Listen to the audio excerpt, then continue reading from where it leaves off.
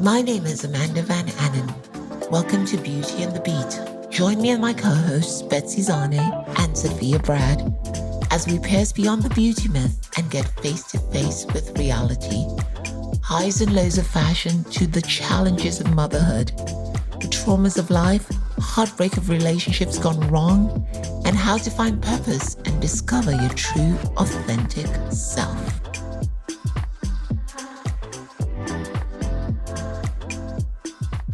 Hi guys, it's Amanda again, and today I've got someone who I've been waiting to have on the show for a while because she's just amazing personal development expert. Today I've got Thais Gibson, and she is a personal development expert, author, and teacher who has worked with thousands of clients across the globe to help them transform their life relationships and overcome substantial challenges. She's certified in over 13 different therapeutic techniques, including Cognitive Behavioural Therapy, Neuro-linguistic Programming, Hypnosis, Somatic Experiencing, and more. She's created and tested cutting-edge approaches to healing all areas of your life that are truly long-lasting and results-oriented. This is because she recognizes that for real change to exist, it must take place at the subconscious level. Thais, I'm so happy to have you here. Welcome to Beauty and the Beat. Thank you. I'm so excited to be here. Yeah. So a question I normally have for my guests at the beginning of the show is, tell us a bit about yourself. And mostly I'm interested in your journey. Is this something you've always wanted to do? Or what was the journey that got you here? Yeah, so I would say part of why I'm probably so motivated and in love with all of the personal development sort of work is because it was really personal for me. So I started off, I was an athlete growing up and really wanted to get a soccer scholarship and go to the US. I'm natively from Toronto. And basically one of my major scouting years, I had a knee surgery, like a really bad injury. And I got addicted to my painkillers. And it was like right before my 15th birthday. And I didn't even really know like what addiction was or too much about it. And all of a sudden I found myself in a position where not only was I having a really hard time sort of going back when I would run out of them to sober life, but I was actively seeking them out and found a girl at my school who would sell them and this whole thing. And I was, a kid, like very, very young. And it was sort of like this lonely road because I had this idea that what I was doing wasn't good or healthy, but I was very much pulled into that world and way of living. And so it became this sort of battle inside of myself for a long time because I remember going through my first set of withdrawals and being like, what is this? Like, am I sick? Like, what's going on? And not even really knowing what was happening. And so it opened up this chapter of my life. And I struggled with almost daily use for the better part of about 7 years and tried a whole bunch of stuff. I did inpatient rehab and outpatient rehab, and nothing was really working. And I had this, I was fairly high functioning, and I still ended up going and playing soccer and going off to school. And I had this student in one of my classes one day when I was talking about how it's so hard to like change our habits and break our habits. And he said, well, yeah, because the subconscious mind always overpowers the conscious mind. So the conscious mind like can't win. And as somebody who'd gone through pretty much torment for the better part of 7 years, telling myself every day, like, this is the last time, I won't do this again. And, trying all these different things to escape this really self-defeating cycle that I was locked into. He explained it in one sentence to me. It was like, oh, the conscious mind can't outwill or overpower the subconscious mind. So I realized like my conscious mind is the one going, this is it. This is the last day. This is the last time. And my subconscious mind is like, no, we have stored pain and we're going to keep working to avoid that pain. And so what I really realized is for change to take place, it has to engage the subconscious mind in the process. And B, a lot of why I was addicted to painkillers is because I had a lot of stored subconscious emotional pain from childhood and a whole bunch of little different traumas I went through that I definitely hadn't resolved or made peace with. And so that sort of opened up a pathway for me to embark on. And I went down that pathway like wholeheartedly, probably got a little bit addicted to learning things like meditation and all these different things about sort of understanding and engaging and observing the mind And that really opened things up for me in terms of my healing process. And so as soon as I started figuring out there's a different way, I stayed back in school, did a master's degree in transpersonal psychology, and then just kept learning and learning and certifying, because I was trying to sort of bridge this gap between like different sort of spiritual things that I was learning and things about hypnosis and the subconscious, and then also like our practical Western model of how we deal with things. And so it became this like very powerful journey, and I was blessed enough to heal, and then opened a practice, started working with others, and that filled up very, very at about a 2-year wait list for a while, and then ended up going into building a school, and now we have an online personal development school for people. Yeah, I mean, your story is very interesting. And I checked out your school online and I looked through a lot of the courses you offer.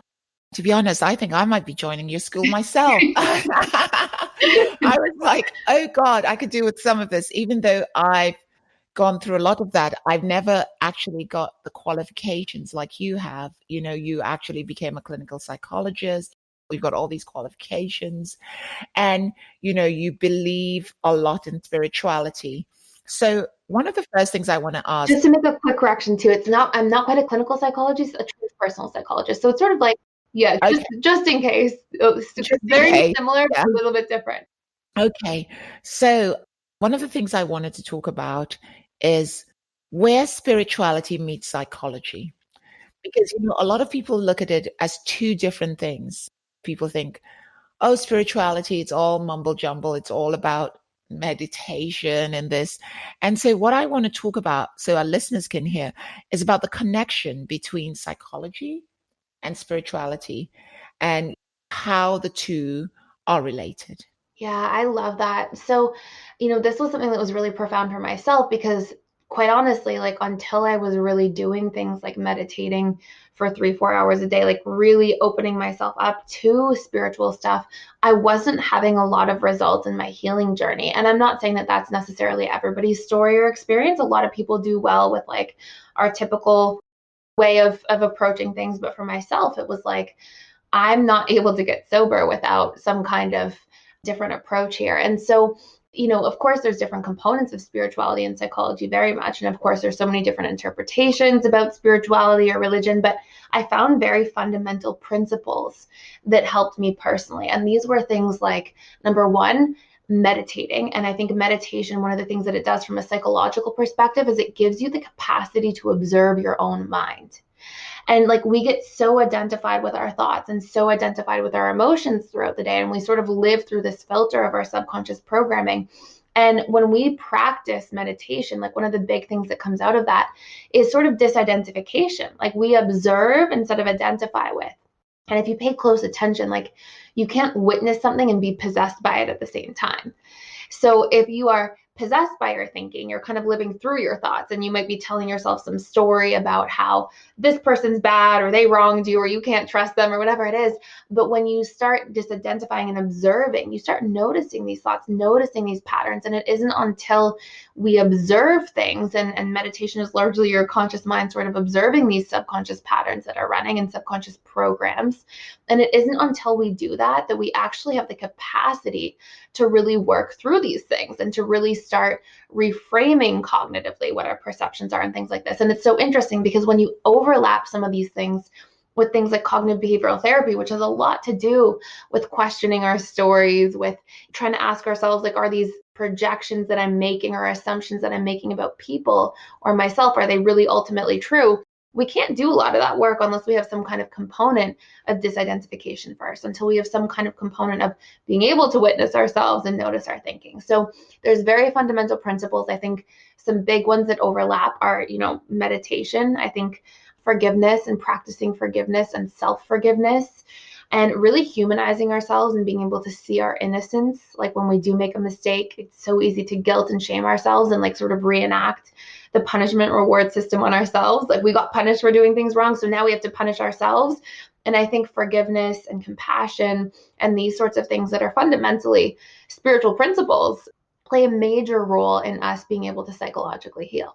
I liked what you talk about meditating, forgiveness, and compassion. But one thing I know that happens a lot to most of us is when we have those self-defeating thoughts or patterns, we can't identify them because we're so deeply in it that we don't even know it's happening to us. So I know it's easy as we are talking here to say, yeah, once you've identified your patterns and then you do this. But for most people going through this type of stuff, they can't even Can I identify. give a process for people? Yeah. Okay, so this is one of the most beautiful things about us as humans. So our emotions are always feedback. They are absolutely 0% of the time random. And so we spend a lot of time going through life thinking like, oh, I'm having a bad day or I'm upset and it's not fair or things like this. But like it's always fair and there's nothing random about our emotions. So our emotions are always giving us feedback for one of two things. Number one, we have pain, emotional pain, which represents unmet needs in our lives. So, for example, if I feel, let's say I'm in quarantine and let's pretend I live alone and there's all this isolation, I'm probably going to have pain, the pain of loneliness or the pain of not feeling connected, because I have a fundamental basic human need for love and connection, just like every other human being. And so pain is there to help us grow and evolve. It's always giving us feedback when a need is out of alignment from being met. And then we have suffering, and suffering is the story we tell about the pain. So, for example, let's say somebody goes through a breakup, they have that love and connection need not being met as much as it was because there's a relationship transition happening, and they make that mean, oh, it's because I'm not good enough. It's because, oh, I'm going to be alone forever now. I'm never going to find somebody again. And those are the stories we create. So the really beautiful thing is that if we want to find our patterns, our emotions are always going to tell us when something is out of alignment. And what they're actually, in fact, doing is emotions are there to help us make the subconscious content conscious. And so, what we can ask ourselves is when we feel bad and we want to find the patterns as to why we're feeling bad and we want to source them, we can ask ourselves, okay, what painful stories have I been telling myself recently? And we have to check in and really question those stories because we spend a lot of time telling ourselves things that are absolutely not true. Or what unmet needs do I currently have in my life right now? And if we can change our thinking and meet our needs, we don't stay in suffering. So that was really profound. If we can change our thinking and meet our needs, we don't stay in suffering. So it's about changing how we think and then trying to meet our needs. Now, what's the process of changing how you think? I mean, I know there must be several, Yes, yes, but yes, yeah, yes. I get so excited to talk about this stuff. Okay. So I'm going to give like a little bit of a background first. So we all go through life through the system of classical conditioning, aka we all go through trauma, because the number one inference people make when they're being conditioned or socialized, or really what that means is like punished for doing things wrong and rewarded for doing things right. For listeners who might not be familiar, what happens is we get the emotional inference that love is conditional. So we come in and we are wired for attachment. We're wired for love and connection. We come in as basically unconditionally loving beings to our parents and caregivers. And then when love is withheld or we are punished, even though, of course, like that's part of the system we have to go through because we probably need to be punished if we're going to run out into the street in a busy street as a child. Like we need to know these things to protect us. But what we learn is like, oh my goodness, I'm unconditionally loving and I'm getting punished. So love is based on not who I am, but what I do and how I obey. And so we all go through this sort of trauma as we go through the socialization system. Now, what happens is the subconscious mind is really wired to like get imprinted and hold on to things that are bad. And in fact, it holds on to bad things significantly more than good emotional experiences because historically, if a predator was chasing us by that tree over there, we really want to remember that bad, scary experience so that we don't go near the tree again. So our brain is designed this way. But then what happens is we go through life and we keep getting imprinted by bad experiences and we give those things meaning. And those pieces of meaning become the beliefs we carry about ourselves. So for example, if mom is critical, I might make that mean that I'm not smart enough, I'm not good enough. If dad is inconsistent, I might make that mean that I'm unlovable or I'm unworthy in some way, right? So we have all these different pieces of meaning. Now, these pieces of meaning or beliefs about ourselves are like tree trunks.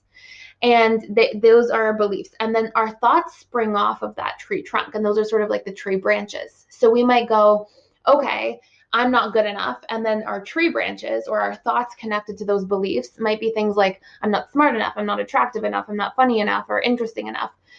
Thoughts produce emotions. Okay. How do you feel when you're actually thinking those things? And those are like the tree leaves in a way. So beliefs produce thoughts, which produce emotions. And neuroscience has proven that every single decision we make is based on our emotions. So even people who are like, oh, I'm so logical and rational in my thinking, no, they're making emotionally based decisions at the tipping point, and then they're just quickly rationalizing through logic. So if we're not in charge of our beliefs, we're not in charge of our actions. And on top of that, our emotions are made up of neurochemicals. So our neurochemistry is largely determined by this huge filter or paradigm of subconscious beliefs we're building our entire life. Now, when we have painful thoughts, what they're coming from is painful beliefs we carry. And so when we want to change our painful thoughts, we have to recognize number one, our emotions and actions we take that we don't like, or painful emotions we have are telling us, hey, you're thinking bad, not so great things about yourself.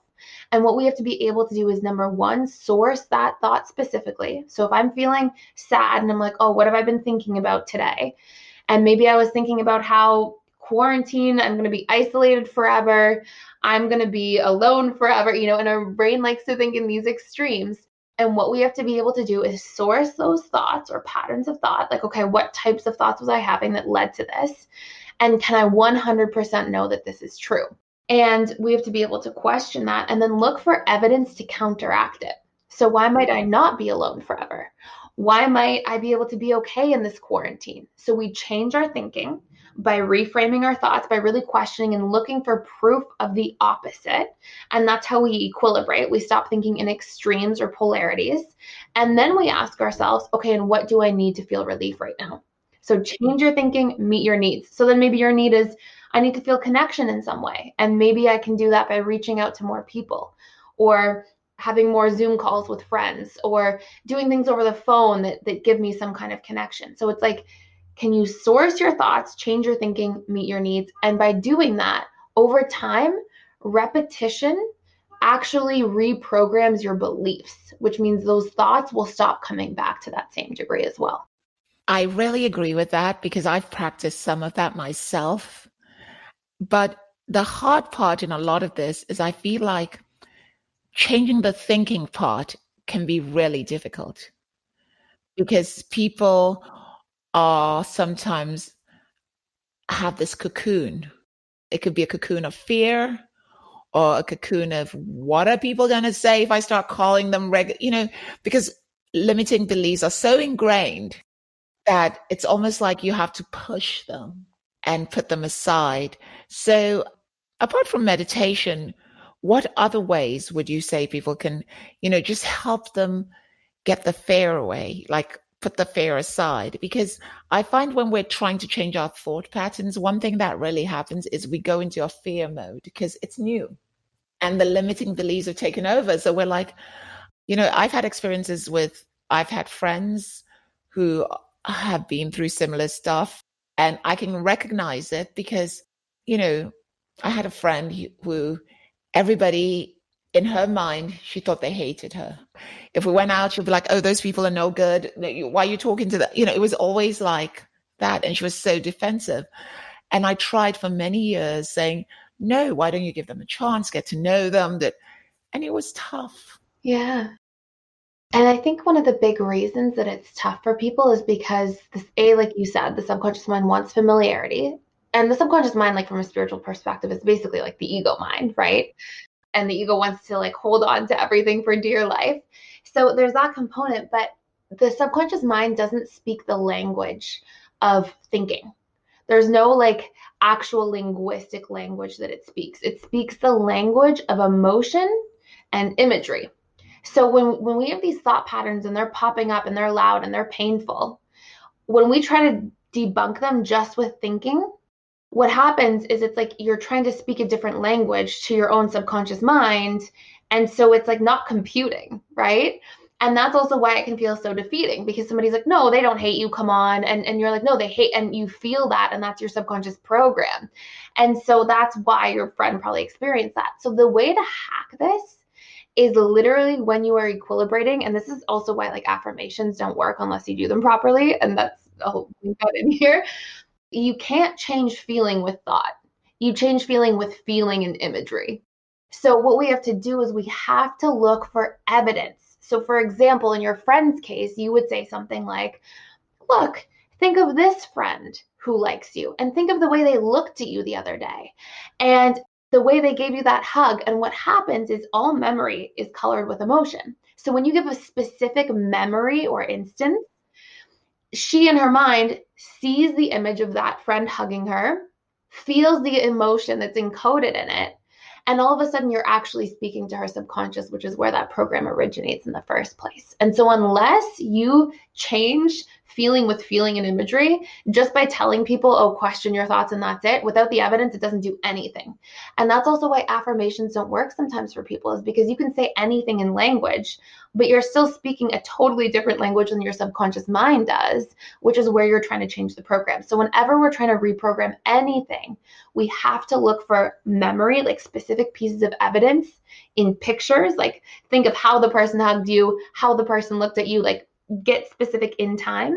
And the more feeling we have in those images, the better. So that time that your friend went way out of their way and it meant so much to you, you feel that more than the time that your friend gave you a quick call back and that was still nice too. But the more evidence and the more feeling encoded in that evidence, that's how we actually transform.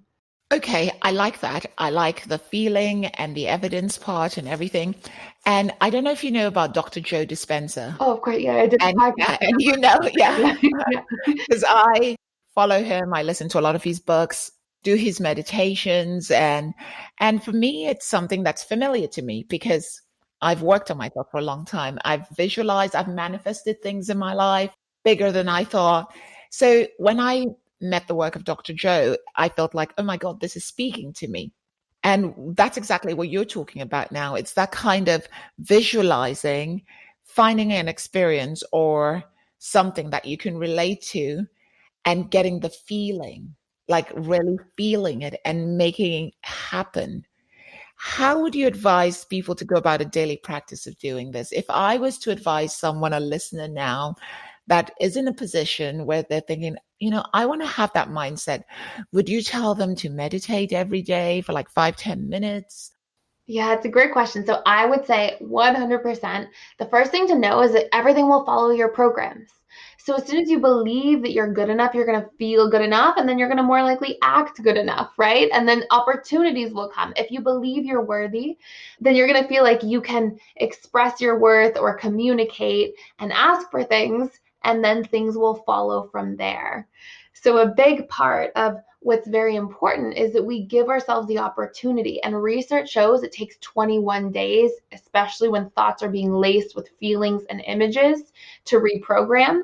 And so Dr. Joe Dispenza, a lot of his work is literally just based on like very simple scientific principles when it comes to the subconscious mind. Like him, Dr. Bruce Lipton, like a lot of them, they've just done a little bit of hypnosis research, and that's what they're basing off of. They're just speaking the language of the subconscious, and from there everything else begins to flow. When I'm doing any of the meditations and stuff, and I remember also once upon a time, I also was it Paul McKenna, and he's a neuro-linguistic programmer. Okay, And yeah. I used this thing called Change Your Life in 7 Days. Ah, And literally, it was neuro-linguistic programming twice a day in the evening before you go to bed, first thing in the morning. And every time I do that, everything changes. Like everything changes. I've tried that thing about 3 different times in my life where I just do it for a 7 day run and everything changes in wow. my life. Yeah, like things start to change. And things that people should know too is that like the you just said this and it's such an important point. Like the last hour or so before you go to bed and the first hour you wake up, your subconscious mind is super suggestible. So it's producing brain waves that make you like way more open to basically self-hypnosis in a way. And there's a tool called auto-suggestion, which is probably what he's using. And it's literally like you visualizing, thinking, feeling, imagining, right? Things that you want to create in that last hour or in that first hour, and giving your mind those suggestions and feedback. And it really permeates sort of that subconscious barrier. So one thing I was looking at, you have this course where people can join your personal development school, and there are various programs they can join. So I wrote a few of them down. I want you to give us a bit of insight into them. One of them was rebuilding trust and overcoming jealousy. Yeah. So tell us a So bit about that. yeah, so a lot of what we talk about in the school and sort of like some of these things that they're based off of is our different attachment styles. So like different attachment styles, I have to share a little bit about this to connect it to trust and jealousy, but basically like we all have a different way we attach to our caregivers in childhood.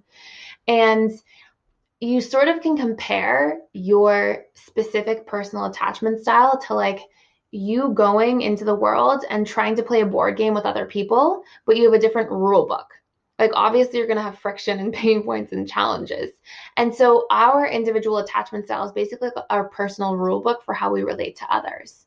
And there's specific attachment styles, namely a fearful, avoidant attachment style that struggles the most with trust. And part of what we talk about is when you are this person, or when you just literally in general have trust wounds or issues, we can reprogram what our actual trust pain points are.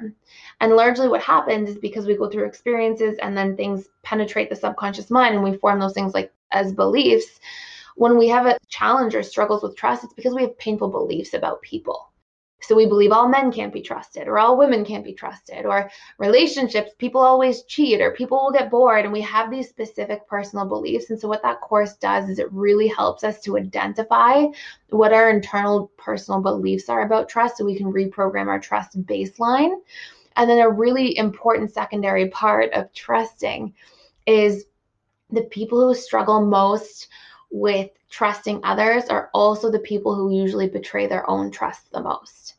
And so it's like a shadow. And so basically, what happens is if those people look very closely, sometimes they're betraying their own boundaries. They're not speaking up for their needs. They're not authentically expressing their feelings to others. They're always putting themselves last or people pleasing and putting everybody first. And so then we have these like internal pieces of damaged trust we have in the relationship to ourselves because we don't trust ourselves to show up for our own boundaries and to speak up consistently with everybody in our lives.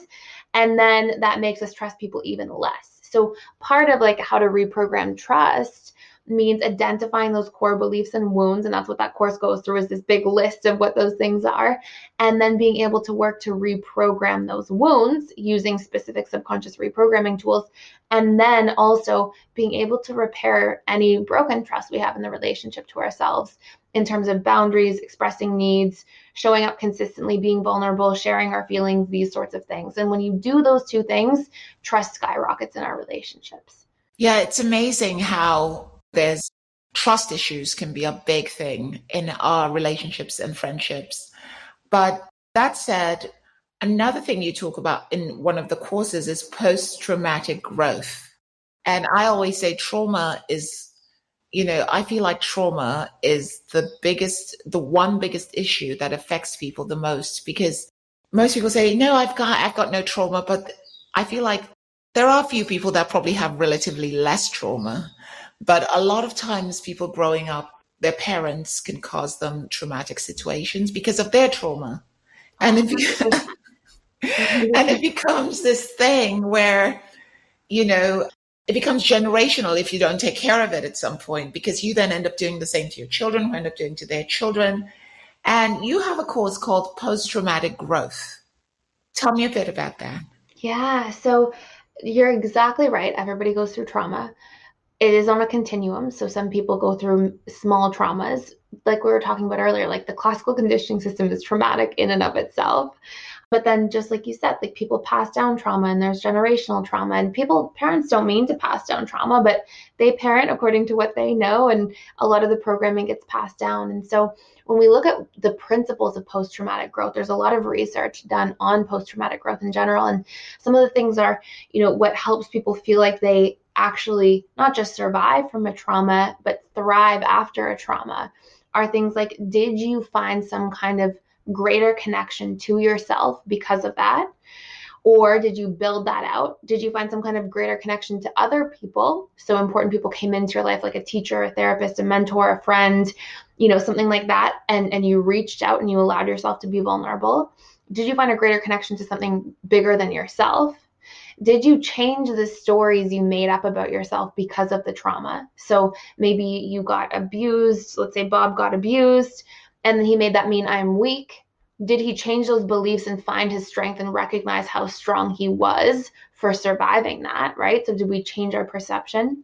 And then are we able to take the needs that we didn't get met at the time of trauma and then meet those needs in the relationship to ourselves? And so, what trauma I think asks of us, if we want to truly heal, is to reverse engineer those ingredients that are studied and demonstrated to show up in people who actually do thrive after trauma. And how can we intentionally create those things in our lives? So, how can we go back and change the painful stories we have, identify the needs that we really needed to have met that we didn't? So, maybe we needed, emotional support. Great. If I didn't meet that then, I'm going to start getting that for myself now, or I'm going to reach out to people who can also provide that for me, right? And then I'm going to make sure that I have connection. I find meaning. I find something to connect to greater than myself. And so I think really trauma can be, it's not fun, and I'm not taking away from people who've been through trauma, but I've been through quite a bit of trauma myself, and it's like it requests from you after you go through it that you do those things for yourself. And in doing that, we can look back on a traumatic event and become better because of it.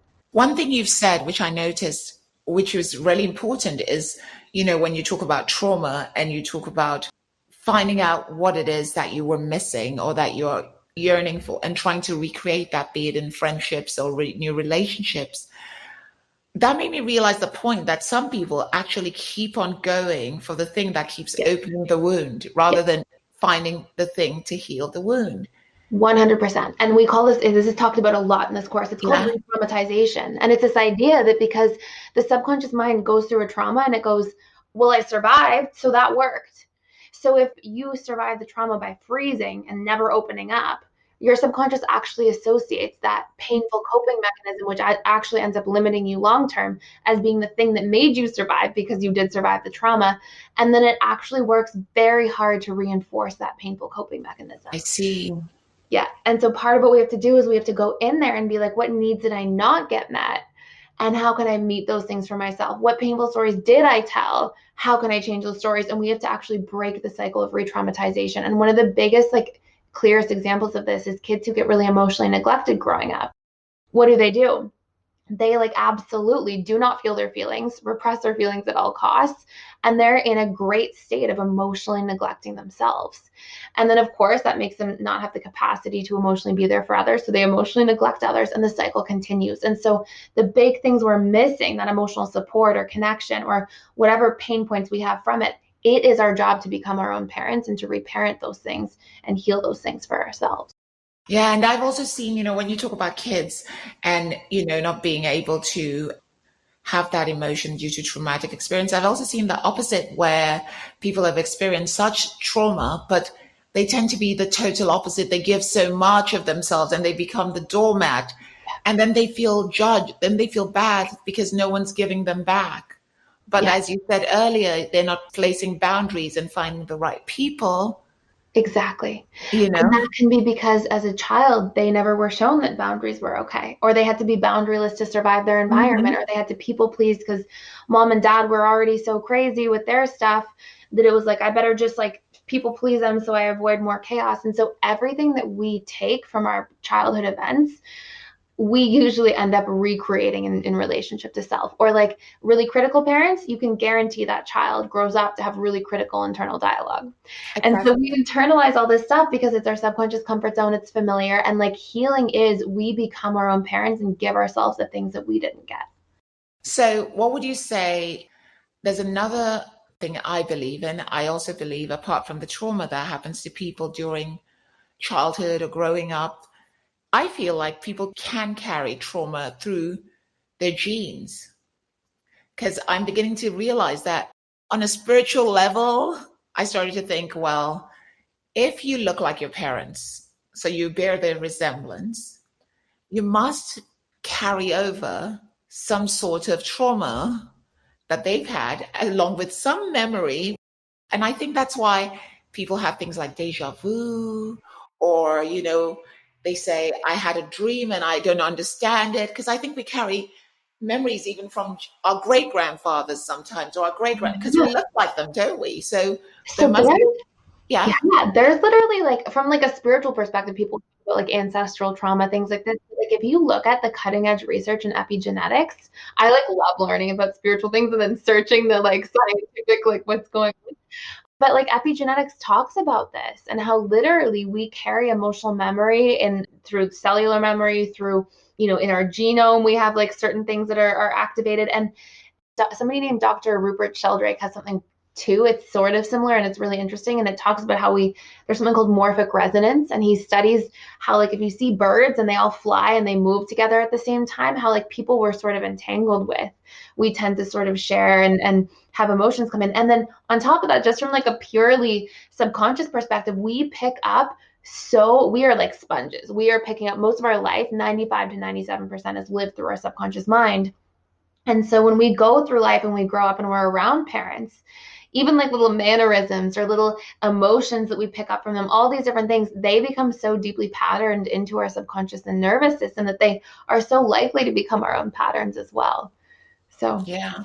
And I found that really interesting because I thought, people are carrying trauma. I mean, they could be good memories too, yeah. from their parents or generations before, and they don't even know it, and they don't realize why they're behaving like they are. So the first question I think is, when things are not working out, I feel people should be asking themselves the question, what can I do different, or how can I change this? And that's a question that's not asked enough. And I think that every single thing, and I really truly believe this, and it's a great way it's a great way to live. I think every single thing that we don't like, we have to ask ourselves, like, what is the lesson? What is this showing me? And how can I grow from this experience? And if you look at things that way, because all negative emotions are just feedback, which really technically means that everything that makes us feel bad is just feedback. And so there's either a part of our personality that's holding on to something that's not healthy and we can become aware of it, or there's something we can learn from and grow from during this event. So if we keep asking ourselves, like, what is this showing me? How can I learn? How can I grow? We get to evolve so much more quickly and we don't waste time on like unnecessary storytelling and suffering about what it means that life isn't going perfectly according to plan. And the ego mind wanting to reinforce itself and sort of play God on all of our experiences. The thing I think people should also realize is, also sometimes with change comes a lot of change. Like sometimes you've got to clear out your friendships. You've got to form new friendships that are supportive, because some people get so caught in the, what would other people think about me? What would this happen? Why would I do that? Where they end up not healing themselves. They're just so caught up in everything else. And I feel like sometimes when you go into a state where you want to heal or something, sometimes there are friendships that you have to either get rid of, or you have to put aside, or you have to create boundaries with those friends. There's a lot of different facets to your life. And I believe when you want to change your life on any level, you just have to change habits, Yeah, which is what absolutely. you talked about earlier. Now, another thing I was going to ask you about was, which I found really interesting, was one of your courses on overcoming loneliness and creating fulfilling connections. We live in a world today where there are like 7 billion people. A lot of people are lonely, A lot. a lot. People can't find relationships. People want to get into a relationship. I live in Los Angeles, for example, where no one, I mean, in LA in particular, where almost no one's in a relationship. Everyone's single. Everyone says they want a relationship. Everyone wants something fulfilling, yet no one is actually doing it or willing to put the work into it. So, and there's other ways to be lonely. There are people that are really successful, but they don't have people to connect with Yeah, on a emotional or personal level. You can be lonely just by, you can have friends, but you might not be able to tell them things that are going on in your life. And that's even a sort of loneliness, because you have to go through, 100%. you know. So loneliness, they're now calling an epidemic. And the impact loneliness is having on like suicide rates is crazy. The UK appointed like a loneliness minister. Like all types of people across the world are doing like damage control. There's a loneliness helpline in California. Like all these different things are happening because it's actually having such a huge impact on people. And so it's interesting because you sort of hit the nail on the head. Like loneliness isn't coming from a lack of people. Loneliness is coming from a lack of quality of connection. And the lack of quality is because our fears that we have, our fear based programs about people, our limiting beliefs about vulnerability, and our painful experiences with vulnerability in the past. And so, literally, what loneliness is created by is largely by our limiting beliefs about connection, our inability to understand our own needs and relationships and communicate them to others, our own inability to not express our boundaries. And then we just feel resentful and we feel like people don't see us and hear us and understand us when we don't see, hear, and understand our own feelings and needs, and we don't express them, or we're boundaryless people. And so what we have to look at when we're trying to overcome loneliness is, what are our needs from people? Can we get really specific and communicate those things vulnerably? What are our limiting beliefs about people and situations? What are the points of ourselves that we shame and so we keep private? And as soon as we have like parts of ourselves that we're shaming or repressing or hiding, we ultimately for sure do not feel unconditionally loved, because we feel like we are loving ourselves and only showing ourselves with condition. And so we have to be able to reprogram our painful beliefs and start expressing our needs, sharing our feelings, and ultimately that creates better qualities of connection, which then positively impacts how we feel in terms of our relationships. And you start attracting better people as well, right? Oh my goodness, of course, because then we can hold that space for other people as well and hear their needs and see them fully, and give that same kind of energy in return, and that creates really beautiful connections. And it's interesting too, because if you look at like a lot of people who will stay single and claim that they want to be in relationships, the two biggest attachment styles, there's like these attachment styles that people have. One is fearful avoidant and one is dismissive avoidant, and both of these individuals grow up in household where there's either trauma or emotional neglect. And so if you go through either of those things as a child, then you don't feel safe being vulnerable with people. Like your deep subconscious programs about people are like, oh, I can't, show too much or speak up too much. And so then we want love consciously, or we want connection, but then our subconscious is too busy trying to protect us from it. And so that plays a huge role as well. Or there's the other part where people go through all that and they do find love, but then they end up sabotaging it because Because they, it's not familiar. It's not a exactly. subconscious comfort zone. And if we have painful beliefs that it's not safe because it's not familiar, and familiarity equals safety, so that's what the subconscious is focused on. So if we believe it's not familiar, it's not safe. If we believe that we're not deserving because we have an unworthiness core belief that we haven't cleaned up, then what we'll do ultimately is we'll work to push it away because it doesn't feel good. And it's so, so, so important. It's just amazing that when you think it's that simple, yes, it's so complex Yes. because it's just your beliefs. You know what I mean? Like change your beliefs and change your life. But it's so complex because it's so hard to do, Yeah, you and know? once we have, I think there's just a lack of resources. Like, if Hmm. you sit down and you're like, I'm going to change the belief I'm unworthy, all you have to do is like every day in the morning and evening, find 10 to 15 pieces of evidence, because evidence in the imagery, for why you are worthy, and just pick like specific images that elicit an emotional response. If you do that for 21 days, your beliefs change. But what happens is people don't know that they're subconscious. Like, if nobody's teaching this in like the traditional Western system of healthcare and psychology. Like, I mean, some people I'm sure, but very limited. And we're not taught this in school or anything. So instead, we just grow up as like the prisoners of our own programming. But as soon as you isolate your beliefs and you do that reprogramming work and you commit, like you said, you did the 7-day thing with the guy, and you said like everything changed. So it's absolutely possible. Yeah. And I think an important thing for listeners out there is, and I know this being spiritual myself, is even when you're on the path, you have to continue. It's like an athlete, because sometimes you can slip back, especially when you go through a traumatic experience in life or something, you start trying to hold on to those old emotions like, oh my God, everything's not working the way I think it should. And you can start digging that hole again, even though you've got out of it.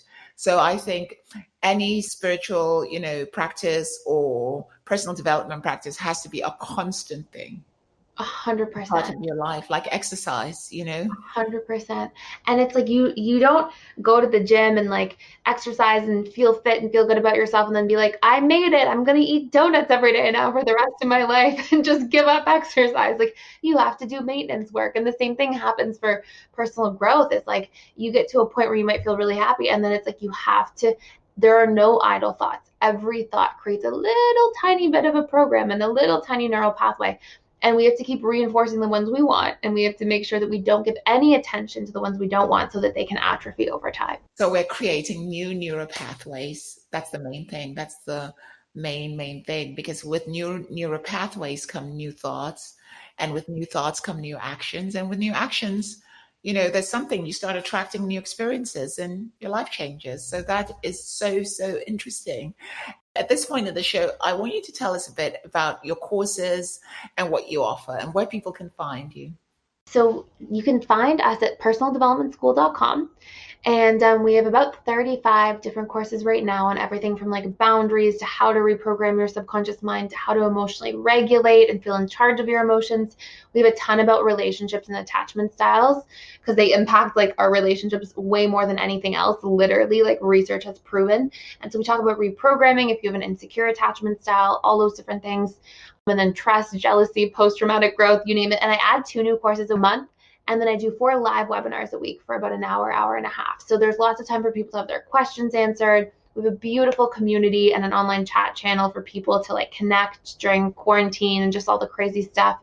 And then I put daily content out on YouTube that's free. And it's Personal Development School Thais Gibson.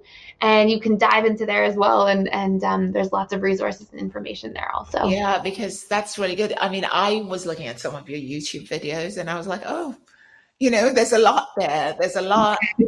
And people need it now, especially. And I think, and I looked at your courses online and they're very reasonably priced, So I think anybody, if you're thinking of changing your life, you should, take a look at what Thais is offering, because there's a big offering there. And I always think when it comes to transforming our lives or changing our lives, it's worth it. Yes. And when there's stuff we're stuck with, if we do the inner work Yeah. first, everything feels like it opens up before it. Mm-hmm. That's a beautiful thing. Yeah, thank you so much for coming on Beauty. Thank you so much. And it's been a so great much fun with conversation.